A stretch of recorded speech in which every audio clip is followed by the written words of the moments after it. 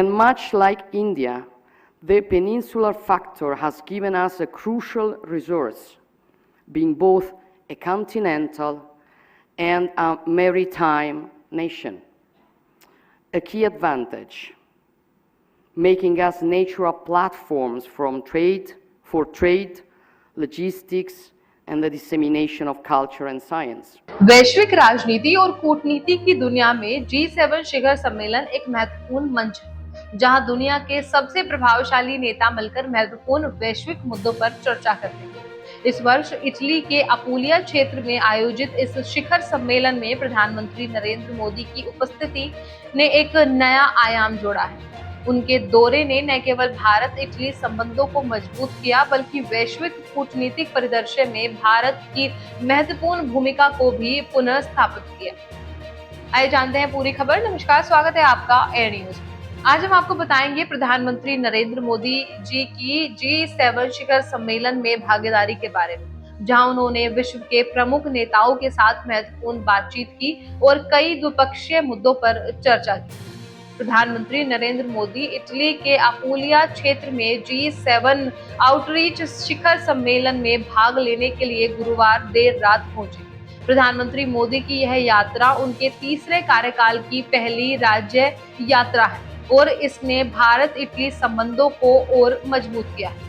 प्रधानमंत्री मोदी ने अपने प्रस्थान वक्तव्य में कहा कि उन्हें इस बात की खुशी है कि उनकी पहली राज्य यात्रा G7 शिखर सम्मेलन के लिए इटली में हो रही है। उन्होंने अपनी पिछली इटली यात्रा और प्रधानमंत्री मेलोनी की भारत यात्रा को याद किया, जिसने द्विपक्षीय संबंधों को काफी बढ़ावा दिया। प्रधानमंत्री मोदी ने कहा, मैं खुश हूं कि मेरे तीसरे कार्यकाल की पहली यात्रा G7 शिखर सम्मेलन के लिए इटली में हो रही है। मैं 2021 में इटली के लिए अपनी G20 शिखर सम्मेलन की यात्रा को गर्मजोशी से याद करता हूँ। पिछले वर्ष प्रधानमंत्री मेलोनी की भारत की 2 यात्राएं हमारे द्विपक्षीय एजेंडे में गति और गहराई को जोड़ने में महत्वपूर्ण रही हैं। हम भारत इटली रणनीतिक साझेदारी को मजबूत करने और इंडो पैसिफिक और भूमध्य सागर के क्षेत्रों में सहयोग को बढ़ाने के लिए प्रतिबद्ध हैं। इस शिखर सम्मेलन के दौरान प्रधानमंत्री मोदी ने फ्रांस के राष्ट्रपति इमैनुअल मैक्रो, यूनाइटेड किंगडम के प्रधानमंत्री ऋषि सुनक और यूक्रेन के राष्ट्रपति जेलेंस्की से भी मुलाकात की। इन बैठकों में कई महत्वपूर्ण मुद्दों पर चर्चा हुई और द्विपक्षीय संबंधों को और प्रगाढ़ बनाने के लिए नई रणनीतियों पर विचार किया गया। आपको बता दें कि प्रधानमंत्री मोदी जी की G7 शिखर सम्मेलन में उपस्थिति ने कई महत्वपूर्ण कूटनीतिक उद्देश्यों को पूरा किया। पहले यह यात्रा भारत और इटली के बीच द्विपक्षीय संबंधों को मजबूत करने का एक महत्वपूर्ण कदम थी। पिछले कुछ वर्षों में दोनों देशों के बीच व्यापार, निवेश, विज्ञान और प्रौद्योगिकी, रक्षा और सांस्कृतिक संबंधों में वृद्धि हुई। प्रधानमंत्री मोदी और प्रधानमंत्री मेलोनी के बीच हुई बैठकों ने इन संबंधों को और मजबूत किया और भविष्य के लिए नए मार्ग प्रशस्त किए।